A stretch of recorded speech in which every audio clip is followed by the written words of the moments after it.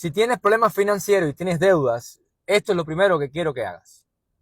Deja de preocuparte. Porque si te preocupas, la imaginación te va a fallar.